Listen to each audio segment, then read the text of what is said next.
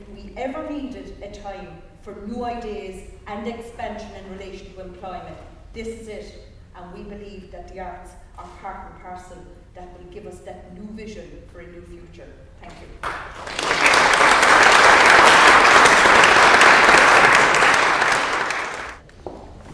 Hi everybody, good morning. Deidre Clune with my name, Gael candidate, Cork South Central, and thanks for the invitation. And I won't use up my valuable 3 minutes, but there's kind of two aspects of what I'd like to speak to. Number one, speak to my background, the very valuable time I had here when I was a member of Cork City Council, now in the Gael, and that precludes me from continuing in that position.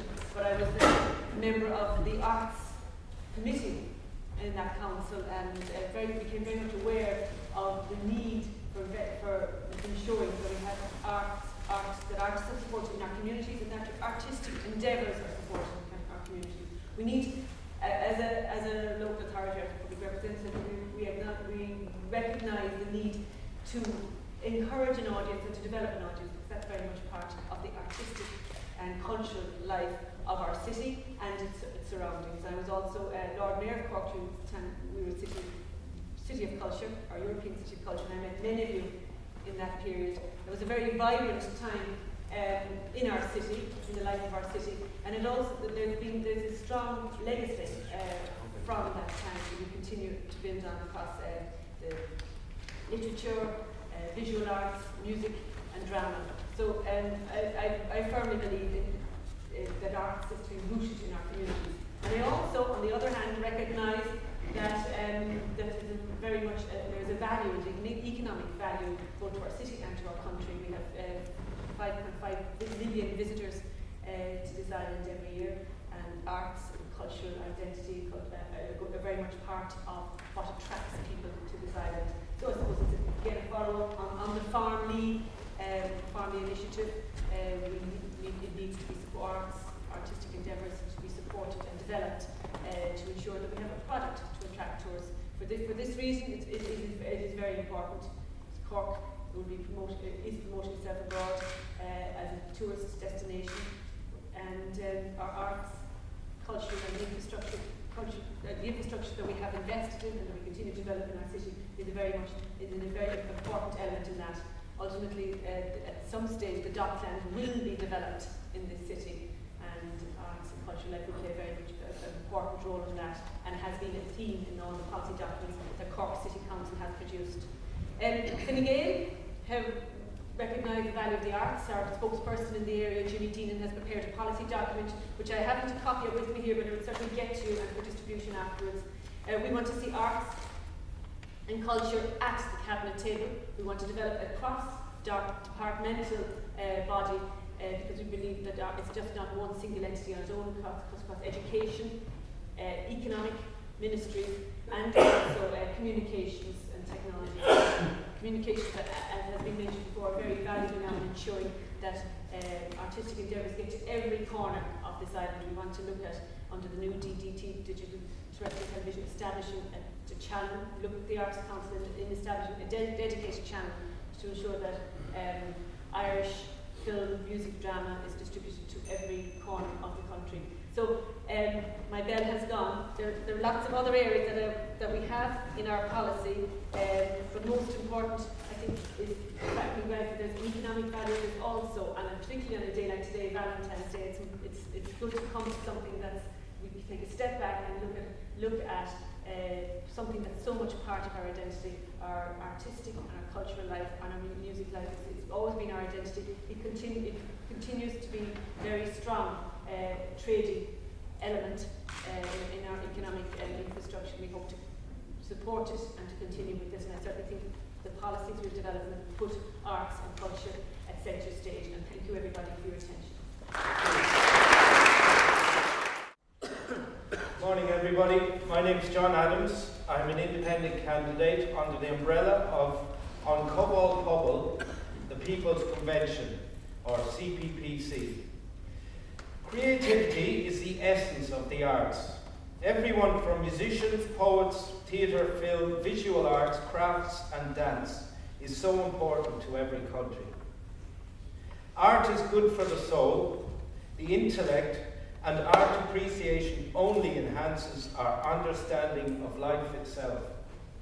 The talent and potential here in Ireland is huge.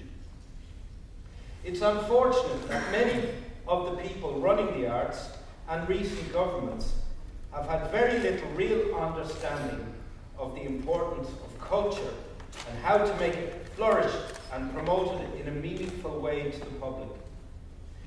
There seems to be little desire to work with and engage with the people creating the arts from the people who are running the arts. We can see this by the severe lack of artistic people on the committees and the boards of the most powerful arts organisations. It is only by having experts and the creative people in the decision-making process that we might achieve a working environment where the potential that is there can flourish. There is a huge amount of money wasted on unnecessary administration, which could be spent on actually creating something. It is crazy that people who have no artistic history should run the arts office of a city or a country. And the job should be limited to 5 years. There should be a committee of artistic people in the city working with a creative, imaginative arts officer, moulding policy and bringing the arts onto a level where everybody is happy, feels included and benefits from the whole experience. The arts office should be a hub of activity where artists feel welcome and that they can use it as a resource. Unfortunately, the opposite is the truth. Artists feel alienated from the arts office and most of the arts institutions in Ireland. On a local level, Cork is really falling behind in many of the arts. For example, we have an art centre, the Triskel Art Centre, where most Cork artists don't even bother going to because they don't feel welcome or in any way involved. There are so few examples where any of the artists in Cork have been promoted abroad or in other cities. It's almost like the people running the arts are lacking the imagination or just not interested in doing this. Can you tell me a better way to promote a city than bringing the wealth of talent to other cities and showing it off?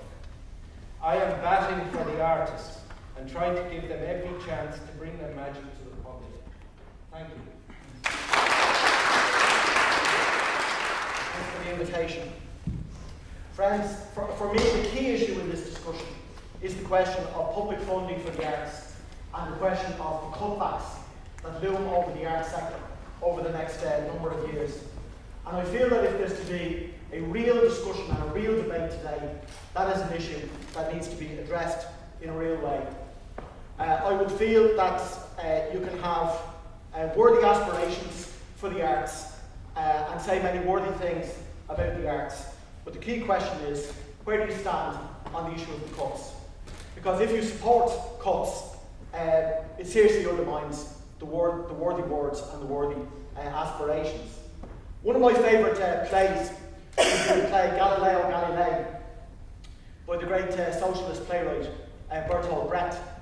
The first time I ever saw it when I was a kid, it just grabbed me in the first scene. When you had this creative man trying to work out about the planets, and the kid comes in to tell him that the rent man is skulking around the corner, and he feels, I can't pay the rent and afford the next bottle of milk. And the way in which economics interferes with creativity. I see it week in, week out with my wife as a painter.